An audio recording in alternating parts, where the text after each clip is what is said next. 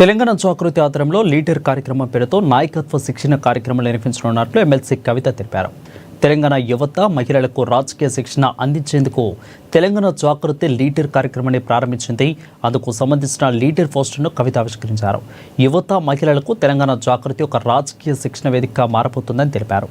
రాజకీయ నేపథ్యంలో లేని వారికి జాగృతి ఒక వేదిక అవుతుందని అన్నారు. యువత రాజకీయాలకు వస్తే స్వచ్ఛమైన రాజకీయాలకు నాంది పలుకుతుందని అభిప్రాయం వ్యక్తం చేశారు. తెలంగాణ గడ్డ అంటే ప్రశ్నించే తత్వం గల గడ్డ అని, ప్రశ్నించే తత్వం మనతో ఆగవద్దని, ఇక ముందు తరాలకు కూడా ప్రశ్నించే తత్వాన్ని నేర్పించాలని కవిత పిలుపునిచ్చారు. తెలంగాణ వ్యాప్తంగా కూడా శిక్షణ శిబిరాలను నిర్వహించకపోతా ఉన్నాం. ఎందుకోసము శిక్షణ శిబిరాలు, ఎందుకు శిక్షణ, ఎవరికి శిక్షణ అనేటటువంటి అంశాలు ఇవాళ ప్రజల ముందుకు తేదలుచుకున్నాం. తెలంగాణ జాగృతి గత అనేక సంవత్సరాలుగా మహిళా బిల్లు కోసం కొట్లాడినాం. మహిళా రిజర్వేషన్ బిల్లు దేశవ్యాప్తంగా పాస్ అవ్వడంలో ప్రత్యేకమైనటువంటి పాత్రను పోషించడం జరిగింది. ఆ తర్వాత బీసీ బిల్లు కోసం కంటిన్యూస్గా కొట్లాడుతున్నాం, ఇక ముందు కూడా కొట్లాడతాం.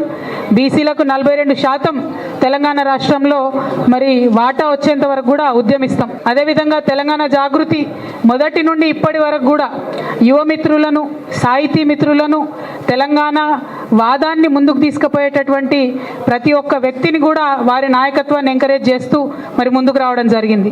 అన్నిటికన్నా మించి, అన్నిటికన్నా ముఖ్యంగా సమాజంలో సగభాగమైనటువంటి మా ఆడబిడ్డలందరినీ కూడా ఎంకరేజ్ చేస్తూ ముందుకు తీసుకురావడం జరిగింది.